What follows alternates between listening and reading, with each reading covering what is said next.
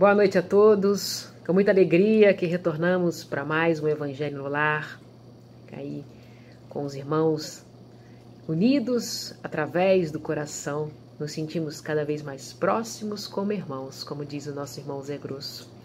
Saudades das nossas reuniões de vibração, todos lá na nossa casa, amparados por aquela egrégora maravilhosa, mas eles estão conosco onde quer que estejamos, né? Porque não existe paredes para esse amor que eles nutrem por nós e que nós estamos aprendendo a nutrir por todos, né? Isso é muito bacana. Bem, vamos aos nossos recados iniciais, lembrando aqueles, né, que desejarem trazer o recipiente com água para que ela seja trabalhada, magnetizada durante o nosso evangelho, né, trazendo aí as energias benfazejas do alto, em comunhão com todas esse fluido que nos envolve. Então fiquem à vontade para compartilhar com os nossos irmãos menores, os pets, com as plantas. Todos podem e devem receber das energias que vêm do alto. Vamos ler então a nossa página de abertura para ajustarmos a nossa frequência mental ao estudo da noite. Item 137. Olha que bacana. O céu está dentro de você. Aprenda a viver no paraíso. Não é preciso morrer para ir para o céu. Não. Nós criamos em nós os infernos de tristeza e angústia. Então aprenda a criar o paraíso da alegria. Perdoe sempre e siga adiante, evitando aborrecer-se. Não dê importância ao que dizem de você. Deixe que sua alegria brote do íntimo do seu coração, bom e generoso. Com a doutrina, nós entendemos que não existe um local físico, céu ou inferno, mas estados de consciência. Então nós podemos estar aí vivendo, como ele diz, aqui, agora, encarnados, o céu que nos pertence ou o inferno que nos pertence. Basta, como ele diz, daquilo que nós alimentamos. Nada de angústias, de raiva, de rancor, de inveja. Nos alimentar a alegria, a compaixão, a caridade, o perdão. A caridade na sua essência, como traz o Espiritismo. Fora da caridade não há salvação. Então já temos aí o caminho, né? Jesus veio nos mostrar: eu sou o caminho, a verdade e a vida.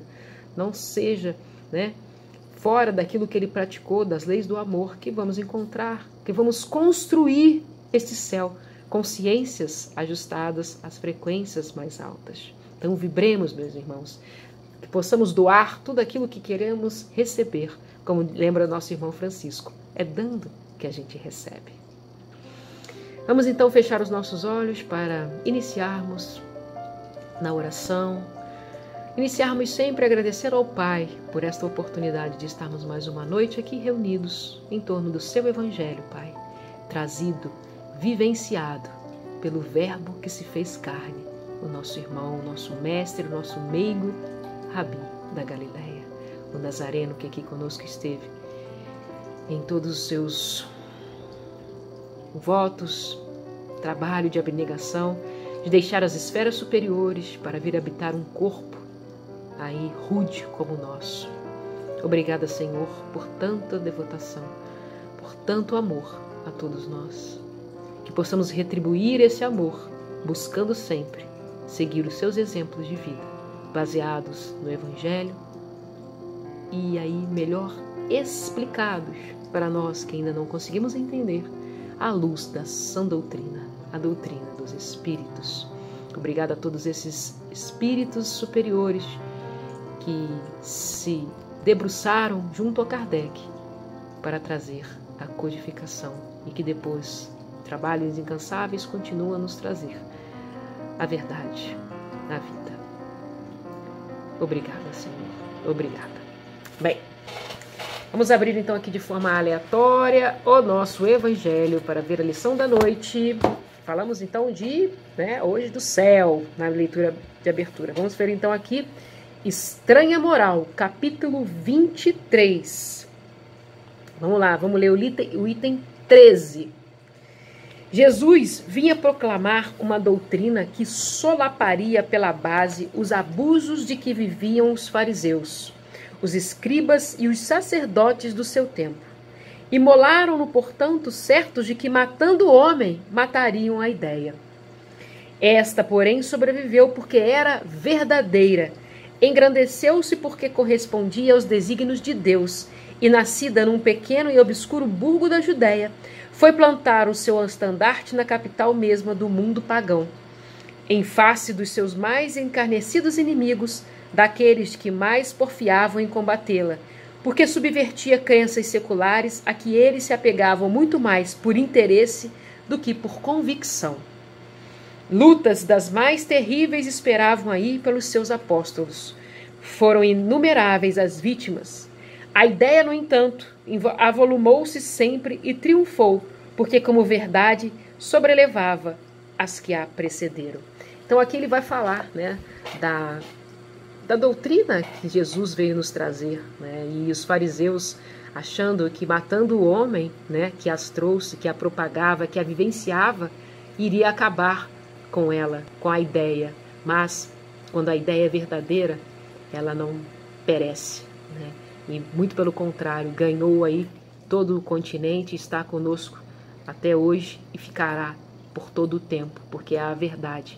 Claro que a verdade a que nós temos acesso é sempre uma verdade relativa, porque como espíritos ainda e crianças que somos espirituais, vamos galgando essa nossa melhora, a nossa maior capacidade de entendimento das leis divinas, vamos recebendo cada vez mais essas instruções, essas verdades que vão nos abrindo a consciência, nos fazendo aí sermos espíritos cada dia melhores, né? Mais evoluídos espiritualmente, moralmente. Então, né, ele diz, foram inumeráveis as vítimas após também Jesus, né, ter ido aí ao Gólgota, mas a ideia, no entanto, avolumou-se sempre e triunfou, porque como verdade sobrelevava as que as precederam. Então, muitos dos nossos irmãos, né, que tomaram aí as ideias do Cristo de forma egoística, né, colocando as ideias aos interesses daqueles governos temporais. Construímos aí templos de ouro, onde Jesus não tinha nem ao menos uma pedra para deitar a sua cabeça, né? Então, aquela simplicidade, aqueles votos de humildade, né, do amor puro, foram se distanciando à medida que nós fomos aí deturpando as ideias do cristianismo. E ele nos traz, então, sobre essa estranha moral. E ele diz aqui, seguindo no item 14, é de notar-se que o cristianismo surgiu quando o paganismo já entrara em declínio e se debatia contra as luzes da razão, né?